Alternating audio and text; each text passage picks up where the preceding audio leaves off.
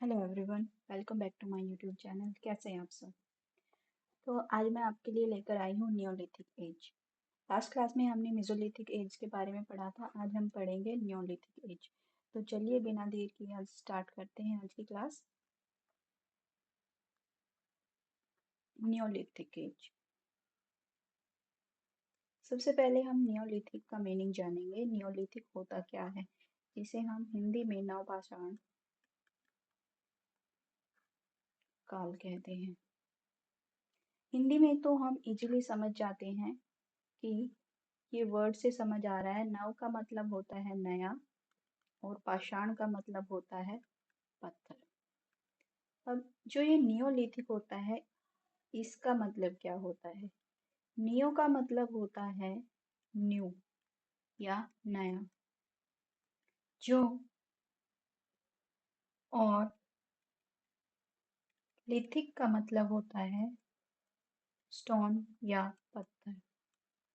Neolithic जो word है, ये दो वर्ड से मिलकर बना हुआ है, नियो प्लस लिथिक। और जो नियोलिथिक है वो एक ग्रीक लैंग्वेज का वर्ड है। ग्रीक लैंग्वेज से ये वर्ड लिया गया है, जिसका मतलब होता है नया पत्थर, या फिर हम कह सकते हैं न्यू स्टोन एज। अब हम बात करते हैं जो नियोलिथिक है। सबसे पहले नियोलिथिक वर्ड का यूज किसने किया? तो अगर हम वर्ड यूज की बात करें तो सबसे पहले एक स्कॉलर थे जो जिनका नाम था जॉन लुबाक। जॉन लुबाक ने 1865 एडी में नियोलिथिक वर्ड का सबसे पहले यूज किया था। अब जो नियोलिथिक एज है, नियोलिथिक एज को एक स्कॉलर थे जिनका नाम था V Gordon Childe. V Gordon Childe. तो इन्होंने नियोलिथिक एज को क्या कहा? इन्होंने कहा नियोलिथिक रेवोल्यूशन, यानी कि नवपाषाण क्रांति।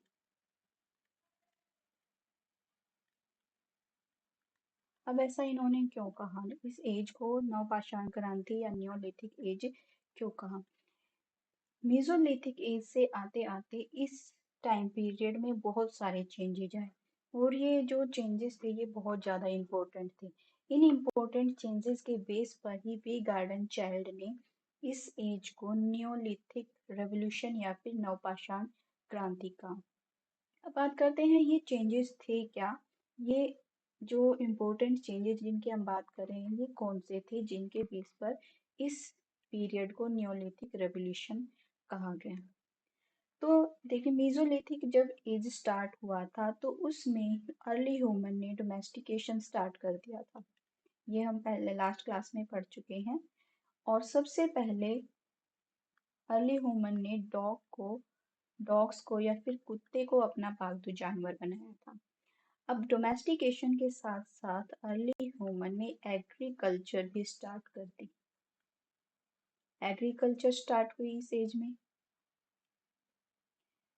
मेसोलिथिक एज में जो टूल्स थे वो बहुत ज़्यादा शार्प और पॉइंटेड नहीं थे, लेकिन जो ये नियोलिथिक एज है, इस यहाँ तक आते आते जो टूल्स थे वो बहुत ज़्यादा शार्प हो गए, पॉइंटेड हो गए, जिनके हेल्प से क्या हुआ, लैंड को खोदना या फिर डिग करना, आप कह सकते हैं जुताई करना आसान हो गया। जुताई करना आसान हुआ। अब जब लैंड लैंड की जुताई करना आसान हुआ तो ह्यूमन ने क्या किया, यहाँ पर कुछ फसलें उगानी शुरू कर दी, कुछ क्रॉप का प्रोडक्शन करना स्टार्ट किया। और सबसे पहले जो कह सकते हैं मेन क्रॉप्स क्या उगाई थी इस टाइम पीरियड में, तो उसने सबसे पहले मक्का, जिसे हम मेज कहते हैं, चने की दाल, चने की दाल और रागी, ये फसलें उगानी उसने स्टार्ट कर दी। इन फसलों के साथ साथ उन्होंने डोमेस्टिकेशन में, कुत्ता तो वो मेसोलिथिक एज से ही पालता आ रहा था, अब कुत्ते के साथ साथ उसने भेड़, बकरी और जो दूसरे एनिमल थे उनको भी पालना शुरू कर दिया। अब एग्रीकल्चर स्टार्ट हो गई, डोमेस्टिकेशन वो पहले से ही कर रहा था। तो दूसरा चेंजेस यहाँ पर क्या आया, अब उसने एक ही जगह पर परमानेंटली वो रहना स्टार्ट कर देता है। यहाँ पर परमानेंटली रहना स्टार्ट कर देता है इस एज में। तो जब वो एक ही जगह पर परमानेंट रह कर खेती करने लगा, पशुपालन करने लगा, तो इससे क्या हुआ, गांव का विकास हुआ, गांव बनने लगे धीरे धीरे, गांव का विकास हुआ, डेवलपमेंट ऑफ विलेजेस।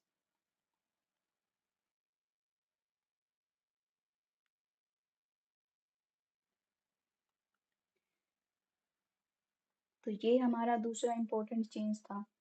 इसके अलावा अब क्या हुआ, खेती, उसने एग्रीकल्चर स्टार्ट की। एग्रीकल्चर होगी तो प्रोडक्शन होगा और प्रोडक्शन से जो क्रॉप्स पैदा होगी, अब उन्हें रखने के लिए कुछ बर्तन भी चाहिए, बर्तन चाहिए। अब बर्तन बनने लगे, बर्तन बनना स्टार्ट हो गए। अर्ली ह्यूमन ने, यहाँ पर इस एज के मानव ने बर्तन बनने शुरू कर दिए।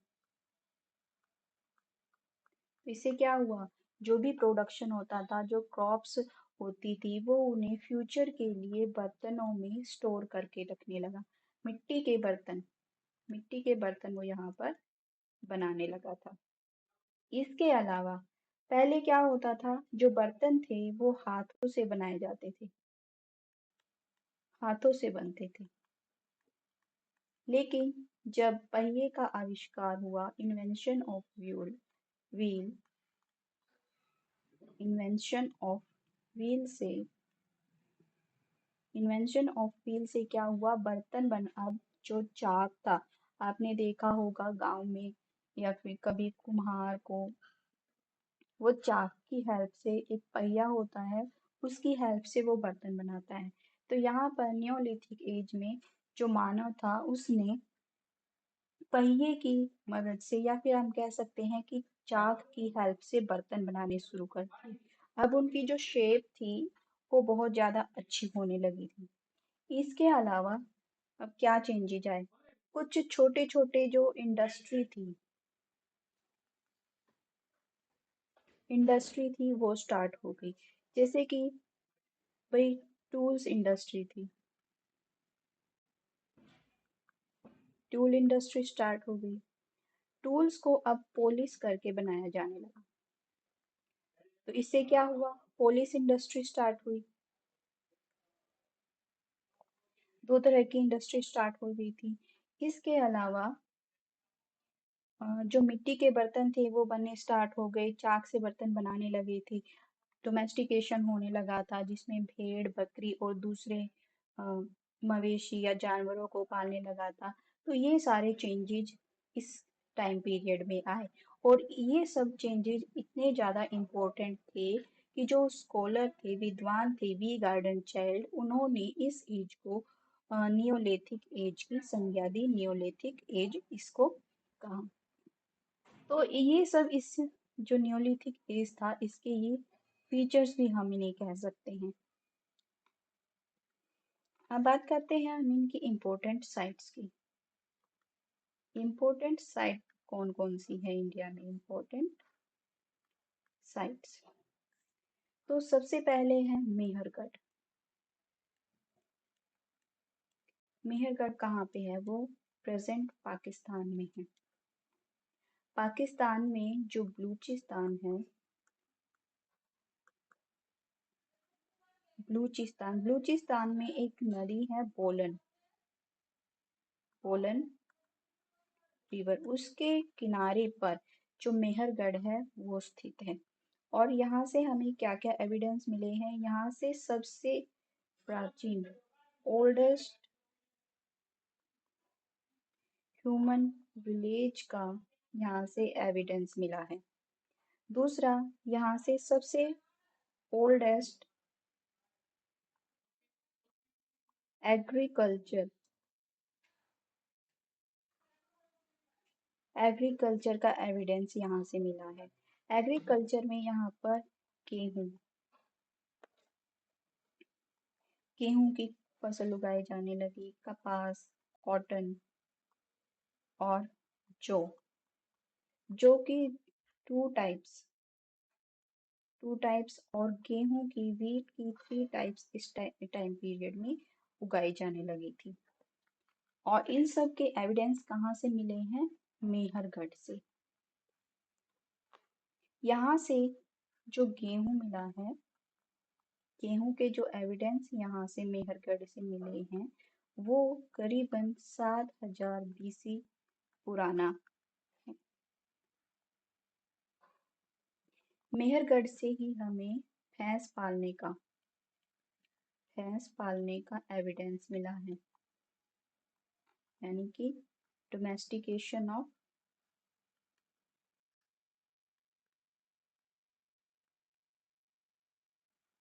बफेलो यहाँ से मिला है। जो मेहरगढ़ है उसे बास्केट ऑफ रोटी, फिर रोटी की डलिया,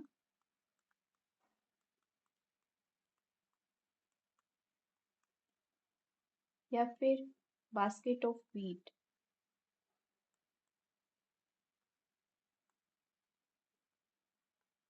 गेहूं की डलिया मेहरगढ़ को कहा जाता है।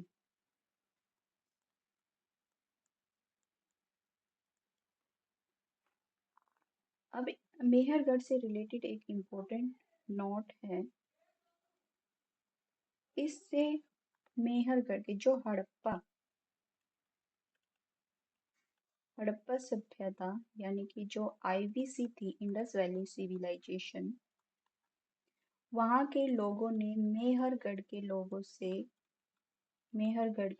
से एग्रीकल्चर यानी खेती करना उन्होंने मेहरगढ़ के लोगों से सीखा था।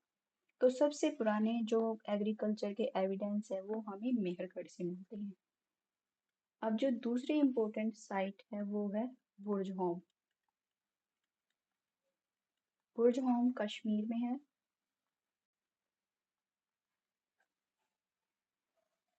जो बुर्ज होम है इसका जो मीनिंग होता है वो होता है जन्म स्थान, और ये इंडिया के कश्मीर में है। यहाँ से क्या एविडेंस मिला है? यहाँ से मानव के साथ यानी ह्यूमन के साथ कुत्ता दफनाने का, यानी जब कोई मालिक मर जाता है तो उसके मालिक के साथ उसके कुत्ते को भी दफनाने का एविडेंस यहाँ से मिला है। और यहाँ से गर्त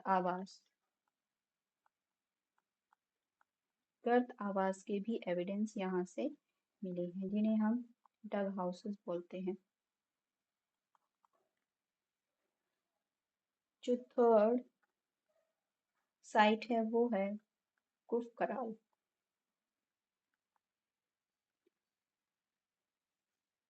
गुफ कराल इसका मीनिंग होता है कुम्हार की गुफा।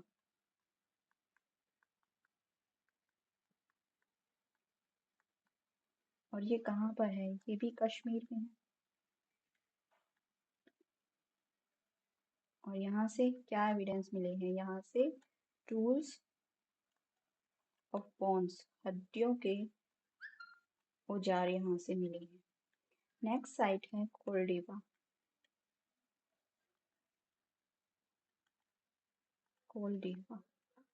ये प्रेजेंट यूपी के प्रयागराज में है, यूपी में है। बेलन नदी है यूपी में, बेलन नदी उसके किनारे पर ही है। और यहाँ से चावल चावल का एविडेंस यहाँ से मिला है, चावल का साक्ष्य। और ऐसा माना जाता है कि जो ये एविडेंस चावल का यहाँ से मिला है ये 6000 बीसी पुराना है। नेक्स्ट साइट है लोहरा देव।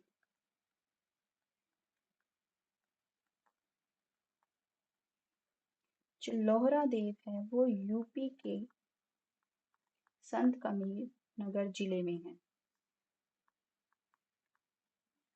संत कबीर नगर जो जिला है ये वहां पर है।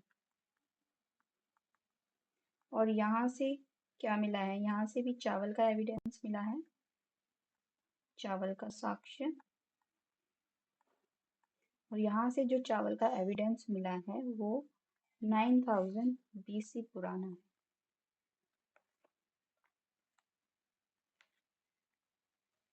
नेक्स्ट साइट है हमारी महगदा।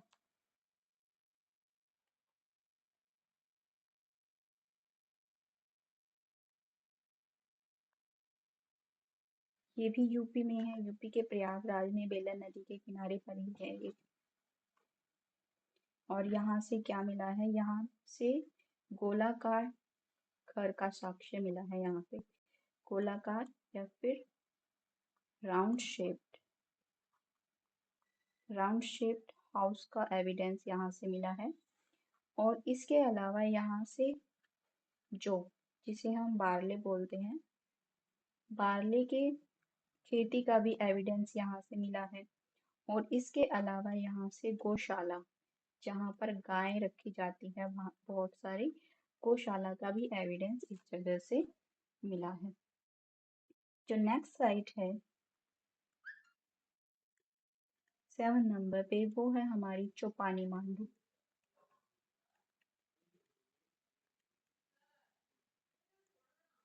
चौपानी मांडू भी यूपी के प्रयागराज में स्थित है। और जो चौपानी मांडो है यहाँ से वर्ल्ड्स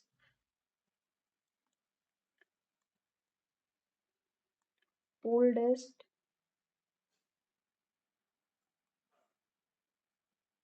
फेयर ऑफ सॉइल, यहाँ से सबसे पुराने, विश्व के सबसे पुराने मिट्टी के बर्तनों का एविडेंस इधर से मिला है। और यहाँ से जो मधुमक्खी का जो छत्ता होता है, मधुमक्खी का छत्ता यानी कि बी हाइव, उसके भी एविडेंस चौपानी मांडो से मिले हैं। सॉरी, मधुमक्खी के छत्ते का आकार का घर,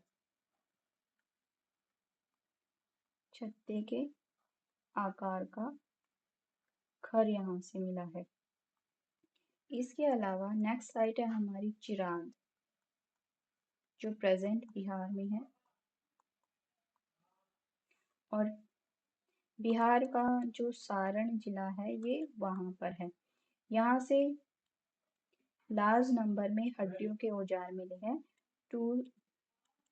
टूल्स ऑफ बॉन्स यहाँ से मिले हैं। जो नेक्स्ट है वो है संगनकल्लू।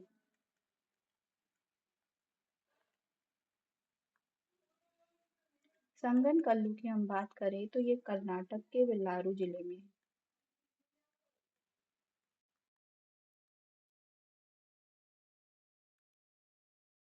कर्नाटक के बेल्लारी जिले में है ये। और यहाँ से क्या मिला है, यहाँ से राख के टीले मिले हैं।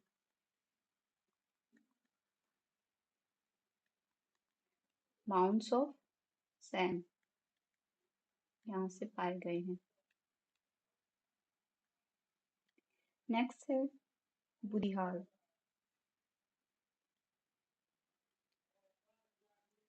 बुदिहाल भी कर्नाटका में है।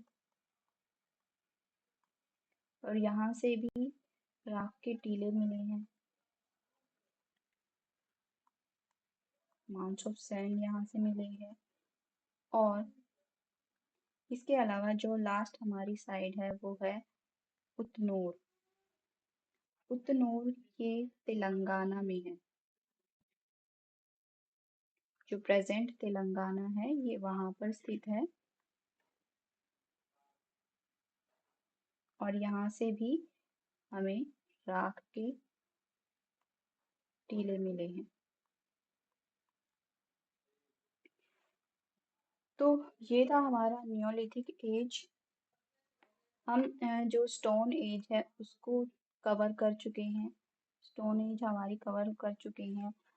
फर्स्ट क्लास में हमने पूरा पाषाण काल को किया था, उसके बाद हमने मध्यकालीन मध्य पाषाण काल को किया, और आज की क्लास में हमने नियोलिथिक एज को या नवपाषाण काल को कंप्लीट किया है। तो अगर आपको वीडियो पसंद आए तो लाइक ज़रूर करिएगा, दोस्तों के साथ शेयर करिए और हमारे चैनल को सब्सक्राइब जरूर करिएगा।